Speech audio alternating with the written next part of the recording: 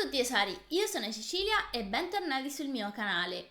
Oggi volevo parlare del film di Andrea De Sica, Non mi uccidere, tratto dal romanzo omonimo di Chiara Palazzolo. Se non avete letto ancora il libro o visto il video in cui ne parlo, vi lascio il link qui sopra così lo potete recuperare. Premetto che prima dell'uscita del film sono andata a recuperare i video in cui c'erano le interviste degli attori e del regista e li ho supportati con dei commenti positivi. E per quelli che ancora non hanno mai visto i miei video, ci tenevo a dire che non mi piacciono le critiche fine a se stesse, ma cerco sempre di fare delle critiche positive in modo da migliorare o comunque far riflettere. Ho comprato il film con Prime Video perché, come al solito, vi dico che è importantissimo supportare il cinema italiano, ma non ci siamo. Io capisco che questo film è stato difficile perché, come ha detto il regista in alcune occasioni, questo film è stato un po' come un salto nel buio. Ma possibile che leggendo il copione o vedendo durante la realizzazione nessuno si è fatto delle domande? La domanda principale infatti è: a chi è destinato il film? Premetto che prima della visione del film avevo letto sia il primo romanzo, di cui infatti ho fatto il video in cui ne parlo, sia ho iniziato il secondo ma ancora non l'ho terminato. Quindi diciamo che sono quasi alla fine del secondo. E la maggior parte delle cose le ho capite perché nel libro sono spiegate. Altre invece sono state un po' confuse, ma diciamo che un senso sono riuscita a darglielo. Invece tutti gli altri che del libro non sanno nulla, cosa dovrebbero capirci esattamente? Infatti io ho visto questo film insieme ad un'altra persona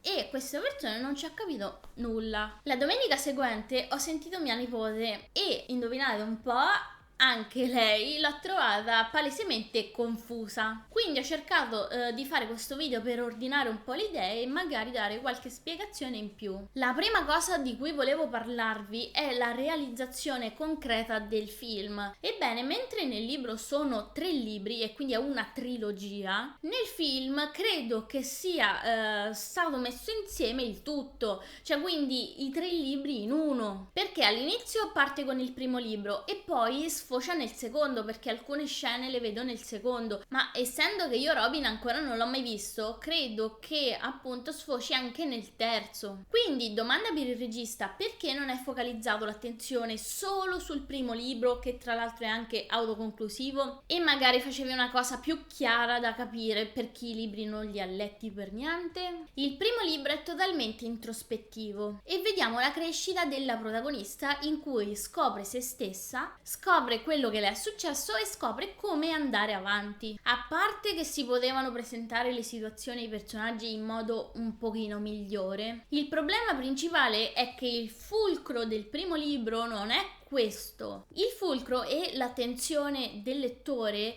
non va all'horror, al fantasy o al romance. L'attenzione viene portata sul lato mystery. Accadono delle situazioni in cui il lettore è lì a chiedersi: ma sarà tutto frutto della mente della protagonista oppure sono cose che succedono davvero? La Mirta del libro è una persona all'inizio molto ingenua, un po' imbranata, ma poi si evolve, diventa consapevole, diventa paranoica, diventa anche spietata, si distacca quasi totalmente dalla realtà ed inizia a immaginarsi le situazioni o le persone. Alcune delle persone che si immagina in realtà scopriamo che sono parte della sua coscienza e consapevolezza. Quindi, ripeto, è un viaggio introspettivo alla scoperta di se stessi e del mondo. E io tutto questo nel film non l'ho percepito per niente. Il fattore mystery invece è dato dalle situazioni ambigue, dalle coincidenze, dagli oggetti che scompaiono e ricompaiono. E per tutto il tempo ti chiedi: ma cosa sta succedendo? Per poi essere spiegate alla fine, dove tutte le sottotrame si chiudono, altra cosa che nel film non esiste. E ritorniamo al punto di prima: essendo che il primo libro è autoconclusivo, la scelta vincente sarebbe stata appunto portare quello sul grande schermo, ma fatto bene questa volta. Chiaramente, se avrebbe avuto successo, si poteva pensare al seguito e quindi a magari realizzare tutta la trilogia. E se invece vogliamo parlare di come è stato pubblicizzato, ovvero come una copia italiana di Twilight,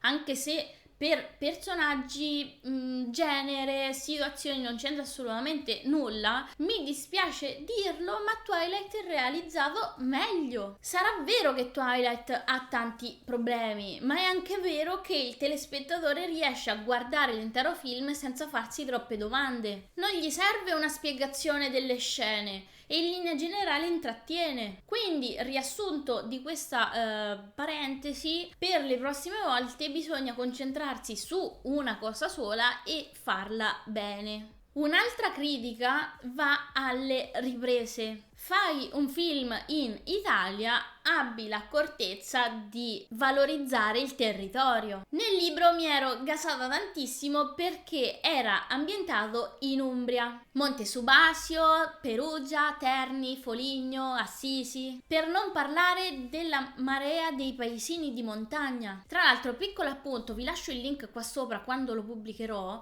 Vi farò vedere il paesino di Collepino, dove penso che vivano i genitori di Mirta, almeno nel libro. E poi ditemi se non valeva la pena far vedere questo paesino. Noi invece sappiamo che le riprese sono state girate in Alto Adige. La sentite la delusione? Per una cosa umbra me l'hanno tolta, rubata, portata via.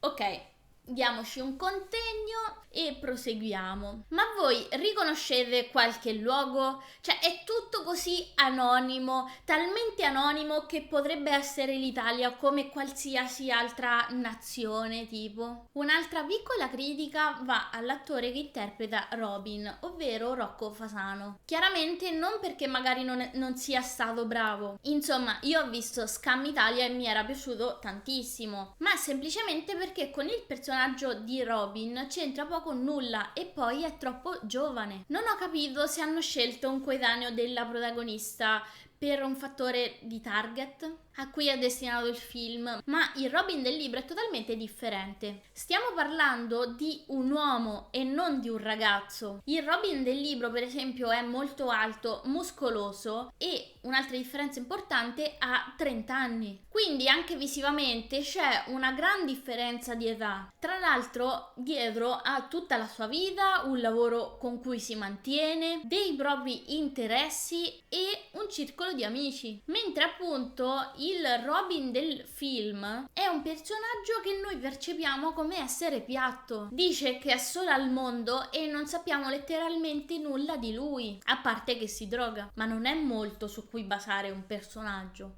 Una bella critica va anche al personaggio di Paco, che è diventato Ago, non ho capito perché. Dunque, il Paco del libro è un personaggio totalmente differente. Sì, ok, si droga, ma lui ha un carattere fortissimo, non è remissivo come nel film. Sa combattere, sa difendersi, non è uno sprovveduto ed è assolutamente senza paura. Cosa più importante, non si fa scrupoli a fare cose sbagliate e spesso immorali. Infatti nel libro assistiamo a una scena molto violenta in cui lui si vendica contro una ragazza e le fa del male e neanche si pente di averle fatto del male, solo per appunto vendicare Mirta, che alle scuole è stata bullizzata. Ma nel film questo proprio inesistente, nonostante il tema del bullismo è molto attuale ad oggi. Nel film, senza scendere nei dettagli, è assolutamente imbarazzante.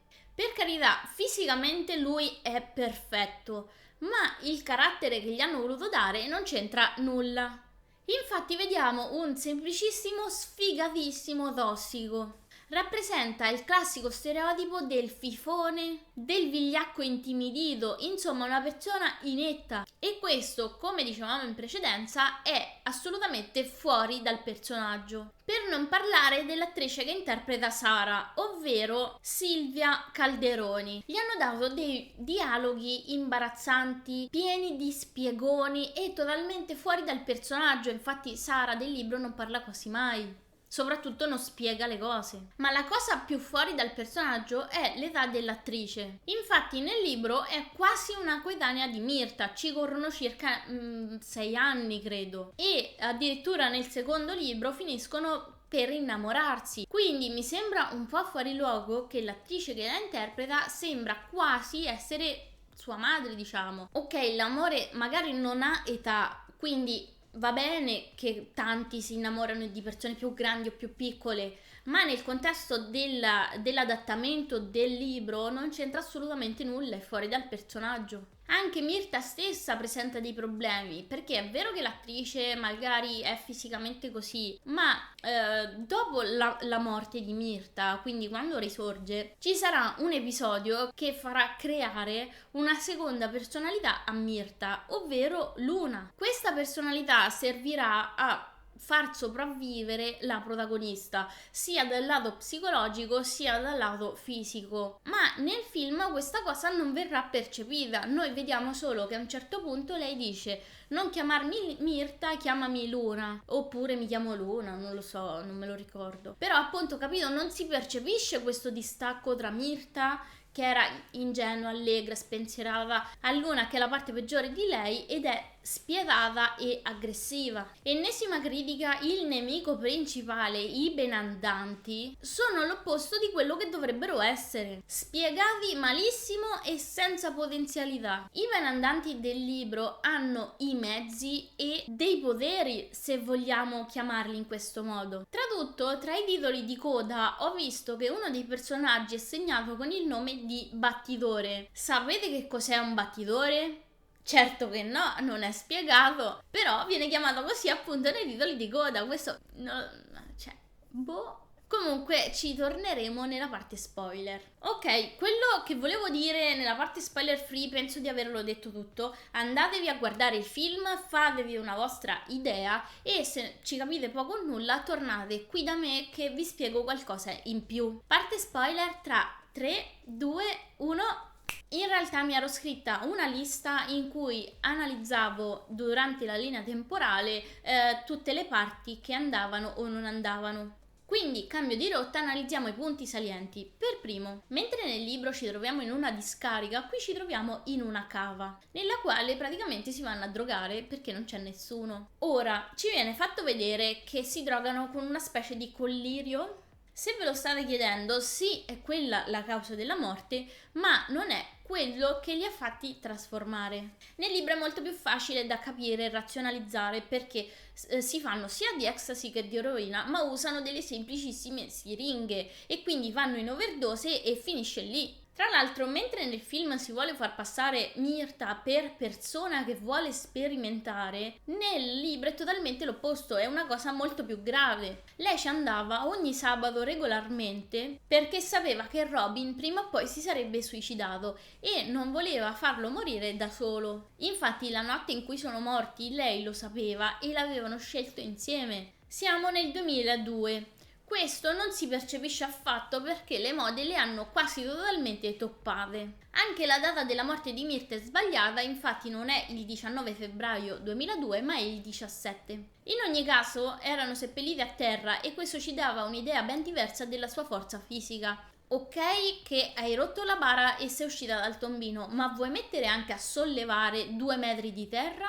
Nel libro Mirta è in fissa con Robin da quando aveva circa 10-12 anni, ma ha l'occasione di provarci solo qualche anno dopo, che tra l'altro stava insieme a un altro ragazzo. Ed era la festa di un suo compagno di scuola. Lui la invita a ballare e non la rapisce come fa nel film, che è già un attimino diverso, ma gli dice che è una persona che non balla e che è una scusa per conoscerla e vuole arrivare subito al sodo. Nel film, proseguendo, Mirta va a casa, mangia qualcosa e lo sputa. Secondo me non è assolutamente abbastanza per farci capire che non può più mangiare le cose degli umani.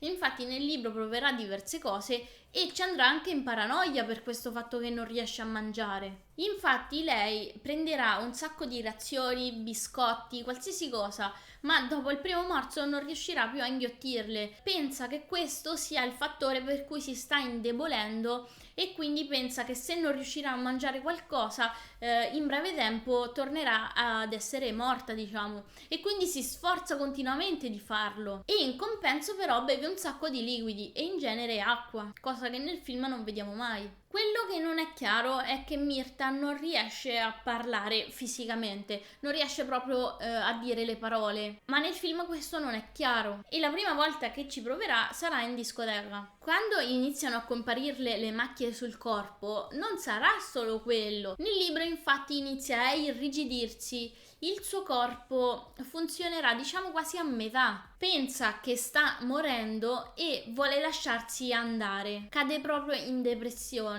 Poi invece si riscuote, decide di combattere e vuole passare i suoi ultimi istanti di vita a parlare con qualcuno, dato che erano giorni che non parlava con nessuno e si sentiva assolutamente sola. Cosa che nel film non viene fuori, cioè noi non sappiamo né della sua depressione né che sta morendo, la vediamo solo che è malata, cioè che le sta cadendo un'unghia. E appunto non sappiamo che cosa sia andata a fare in discoteca, cioè se ve lo chiedete, cosa è andata a fare in discoteca? Appunto, la Myrta del libro, a differenza di quella del film, ci tiene moltissimo nel vestirsi perché è l'unica cosa che la tiene ancorata alla vecchia sé. E quindi per andare in discoteca si mette un po' in tiro, va in una casa, ruba dei vestiti, si mette una minigonna, una maglia di pizzo, copre le macchie sulla pelle con dei collant, si trucca, prende del fondotinta per coprire le macchie in viso, prende degli occhiali per coprire gli occhi in decomposizione in cui si vedono le macchie e quando entra nel locale è davvero carina, per cui ha senso che Mario Cerruti ci provi con lei così spudoratamente, o quasi. Nel film ci va con una felpa sopra il suo vestito funebre strappato, è sporchissima, puzza. E ci sono due scene terrificanti. La prima nella quale si nasconde da Paco, tra l'altro invisibile, non l'ha vista nessuno, così proprio. Cioè, una cosina un po' più credibile. La seconda, che in realtà è una scena tragica perché stiamo parlando di una violenza. Io non sono riuscita a tenermi, sono morta letteralmente dalle risate. E perché c'è lui che dice oddio quanto puzzi, ma quanto mi fai eccitare, cioè, cosa? Aspetta un attimo. E quindi dal tragico sfocia nel comico e non dovrebbe perché è una cosa grave. Ora vi spiego la questione del battitore. Nel film lo spiegone principale ci viene fatto a casa dei genitori di Myrta, in una scena in cui i dialoghi sono così scordinati che l'ho rivista 3 volte e continuo a non averla capita. L'ho pure registrata, ma la prima volta ridevo, la seconda c'avevo il singhiozzo, non lo so quale vi faccio vedere, però eccola. Da chi? Ma lei crede davvero che qualcuno abbia rubato il corpo di Myrta? È quello che dice la polizia. Come può la polizia pensare che i morti tornino in vita? Se potesse, noi non avremmo alcuna ragione di esistere.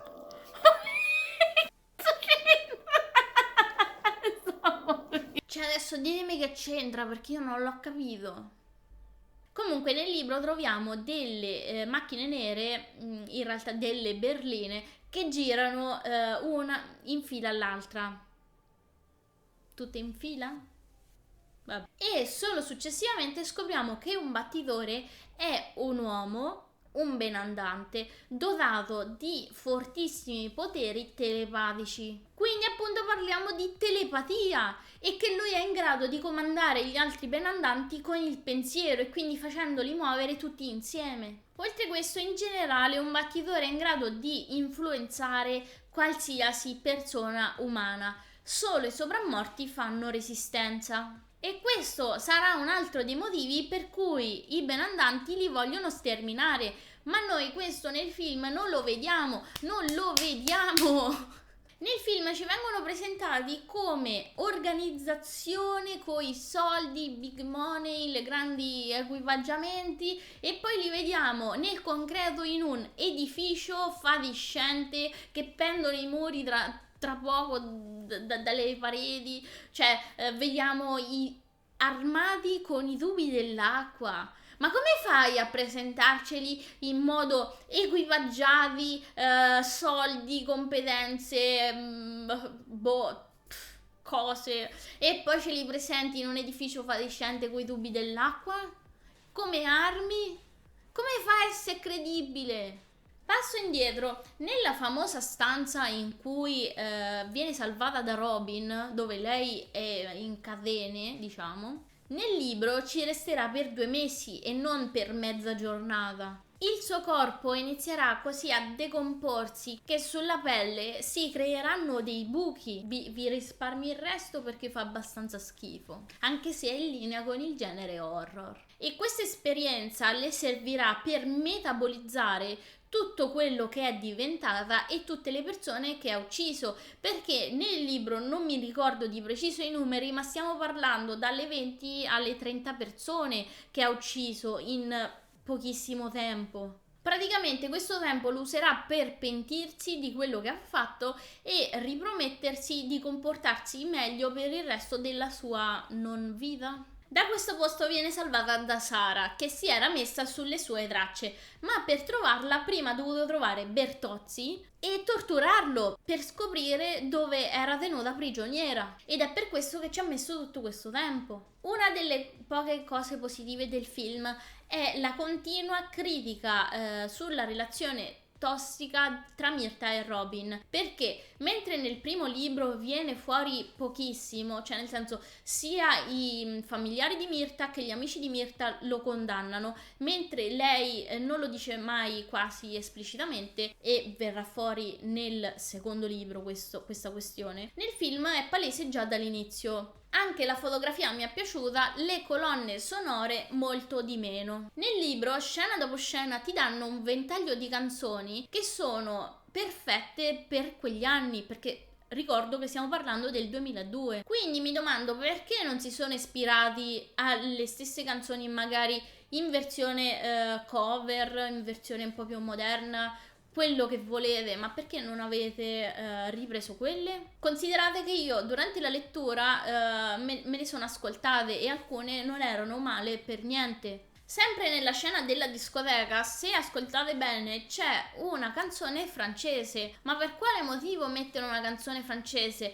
Piuttosto fate come Scam Italia, che ha chiamato anche autori italiani per le canzoni della colonna sonora. Oppure potevano mettere come easter egg la canzone di Alice Pagani con la Rodriguez, che tra l'altro c'ha lo stesso nome, Non mi uccidere, e quindi poteva essere carino questa cosa qui, perché secondo me ci stava molto meglio rispetto a quella canzone francese che non c'entra assolutamente nulla. Penso di aver detto tutto quello che volevo dire. Se non siete d'accordo con qualsiasi cosa io abbia detto, scrivetemelo nei commenti che ne parliamo e ne discutiamo insieme.